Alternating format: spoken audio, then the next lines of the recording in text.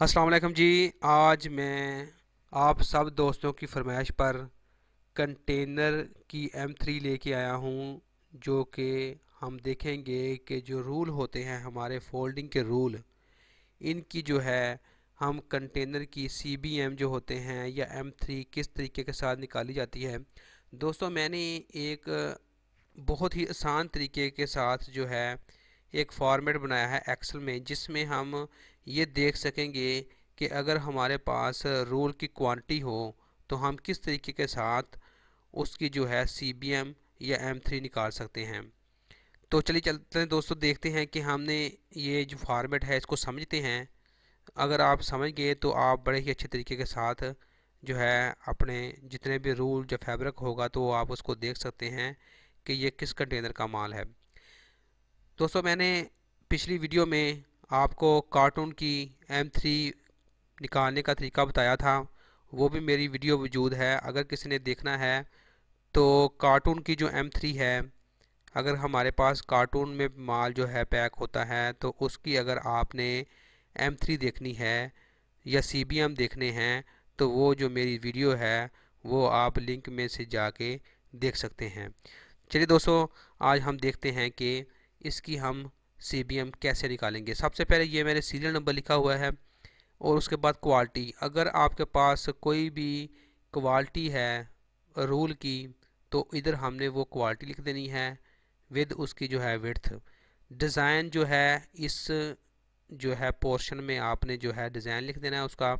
जो उसका कलर होगा आपने उसका कलर इधर ऐड कर देना है।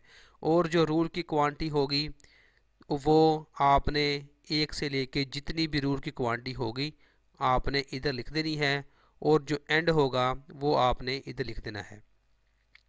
ये जो मैंने हाईलाइट किए हुए हैं ये और ये और ये हमने मैनुअल लिखने हैं, तो इसकी जो है रूल की CBM जो है M3 निकल आएगी। तो इसके बाद ये देखें, मैं अगर इसको लिखता हूँ इधर यहाँ से लेके यहाँ तक हम देखते हैं कि 450 लिख देते हैं, 450। तो देखते हैं कि ये देखें इधर भी 450 ऑटोमेटिकली आ गया और उसका जो फैब्रिक है वो भी ऑटोमेटिकली बन गया। ये हमने लिखने के बाद उसके बाद हमने देखना है कि इसकी जो है लेंथ क्या होती है। इधर हमने जो हमारे रूल की लेंथ होगी हमने वो ऐड करके 112 अगर विड्थ है, इसकी लेंथ है, सॉरी लेंथ है, तो इसको मल्टीप्लाई कर देना है 3.14 के साथ। ये एक फार्मूला है इसका जो डाई का। आपने इसको जो भी विड्थ इधर होगी, जिस विड्थ का फैब्रिक होगा हमने उस विड्थ के साथ मल्टीप्लाई कर देना है 3.14 को। जब हम 3.14 को विड्थ के साथ मल्टीप्लाई कर देंगे तो ये हमारा जो है लेंथ का जो है ये इधर डिटेल निकल आएगी। उसके बाद हमने क्या करना है कि ये लिखा हुआ है dia of rule 1.1 is square to dia of rule 1 dash target 2, 1/2, 1/2 लिखा हुआ है इसका मैंने। इसका मतलब ये है कि अगर हम किसी भी रूल का डाया लेंगे, डाया होता है जो उसका सामने वाला फेस होता है उसको हम डाया कहते हैं। उसको हम अगर इंची टेप के साथ साइज़ लेंगे, अगर उसका साइज़ होगा ऊपर से नीचे उसका 4 इंच और लेफ़्ट से राइट फिर नापेंगे उसको, जितना उसका होगा डाया वो हम एक इधर लिख देंगे एक इधर लिख देंगे। टॉप से बॉटम जो होगा वो इधर लिख देंगे और लेफ़्ट टू राइट जो होगा उसका डाया वो इधर लिख देंगे। एक ये तरीका है। दूसरा तरीका ये है कि जो हमारे रूल होते हैं वो गोल होते हैं। जो गोल होता है उसका जो टॉप बॉटम जो है साइज़ होगा वो ही लेफ़्ट राइट होगा, क्योंकि गोल जो होता है उसका सेम ऐसे ही होता है। या इन दोनों को जमा करके हाफ हाफ इधर डाल दें फिर भी यही निकलेगा। 4 इधर कर दिया 4 इधर कर दिया। तो इसका जो है ये फार्मूला लगाया हुआ है इधर।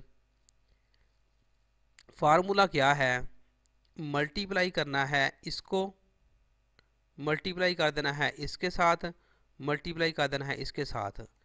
इन सब को 1 2 3 इन सब खानों को मल्टीप्लाई करने के बाद इसको मल्टीप्लाई कर देना है 0.4 बार, 0 0 0 0, फिर डालना है 163।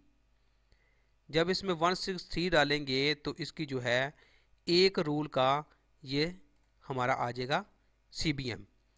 ये निकला जी एक रूल का CBM। उसके बाद हमने क्या करना है, इस रूल की क्वांटिटी को इसके साथ मल्टीप्लाई कर देंगे तो ये हमारा टोटल CBM निकल आएगा।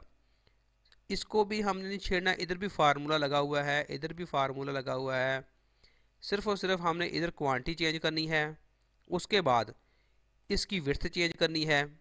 जो भी इसकी विड्थ होगी वो इधर डाल के हमने मल्टीप्लाई करना है 3.14 के साथ, और जो डाया लिया होगा उसको कर देना है टॉप बॉटम और लेफ़्ट राइट इधर डाल देना है। उसके बाद हमने इन तीनों को 1 2 3 को मल्टीप्लाई करने के बाद, मैं फिर बता रहा हूँ कि हमने मल्टीप्लाई कर देना है 0.00163 के साथ मल्टीप्लाई कर देना है। इंटर कर देंगे तो ये निकल आएगी हमारी एक रूल की CBM। और उसके बाद हमने क्या करना है, इसको अगर हम F2 करें तो ये हमें बता देता है कि F10 जो हमारा F10 है, ये वाला F10 को मल्टीप्लाई किया हुआ है I5 के साथ। ये I5 है और ये है 10। इसको इसके साथ मल्टीप्लाई करने के बाद ये हमारे निकलते हैं CBM।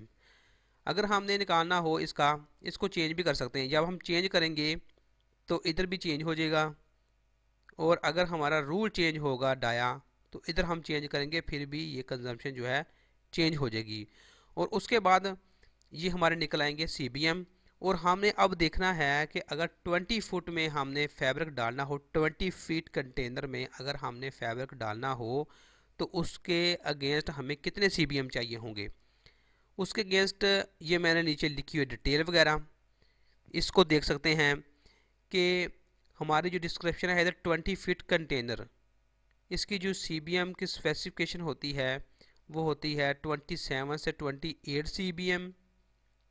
हम देखेंगे कि अगर हमने 20 फीट का कंटेनर डालना तो कितने इसमें फैब्रिक जो है ऐड कर सकते हैं। और ये हमारा इस वक्त आ रहा है इस कैटेगरी में, जो हमारा 40 फीट कंटेनर है, इसकी जो MP3 होती है या CBM होते हैं या स्पेसिफिकेशन, इसको कोई भी नाम दिया जा सकता है। इन तीनों में से ये जो जितनी भी लिखी हुई हैं ये कंटेनर की स्पेसिफिकेशन M3 डिमेंशन कुछ भी कह सकते हैं, ये वही होती हैं। ये 27 से 28 है, और ये जो है 40 फीट कंटेनर इसकी होती है 55 से 56, और जो 40 फीट हाई क्यूब्स कंटेनर होता है इसकी जो CBM होती है ये 63 से 64 होती है।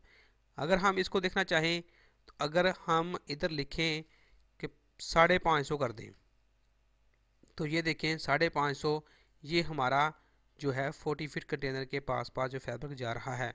इसमें कोई एक आध CBM का फ़र्क आ सकता है, क्योंकि रूल जो होते हैं इसमें सबसे ज़्यादा महारत जो होती है रूलिंग की लगाने की होती है। अगर रूलिंग को अच्छे तरीके के साथ लगाया जाए, सबसे पहले जो बड़े जो रूल होते हैं उनको लगाया जाए और उसके बाद उससे छोटे रूल लगाए जाए। कोई भी रूल जो हैं बड़े और छोटे एक ही जो है जो होती है उसकी तांग जिसे कहते हैं, अगर उसमें एक ही तरीके के साथ बड़े पहले लगाए जाएं फिर उससे छोटे लगाए जाएं तो मैक्सिमम ज़्यादा से ज़्यादा जो है वो रूल जो है हमारे शिप हो सकते हैं। तो इसमें जो है आप एक आध का जो है जब एक दूसरे के ऊपर रूल आते जाते हैं तो ये थोड़ा बहुत जो है बेंड भी होते हैं, जिससे हमें और भी स्पेस मिल सकती है। तो इन कंजम्पशन में एक आध CBM का जो है फ़र्क पड़ सकता है, तो उसका जो है हमने ख्याल रखना है कि हम किस तरीके के साथ इसको सेव कर सकते हैं। तो दोस्तों ये थी मेरी रूल की M3। आपको कैसी लगी है आपने इस पे मुझे कमेंट करके बताना है। और मेरे चैनल को आपने सब्सक्राइब कर लेना है और अपने दोस्तों के साथ भी शेयर करना है ताकि और दोस्तों को भी इसका नॉलेज मिल सके। शुक्रिया दोस्तों, अल्लाह हाफिज़।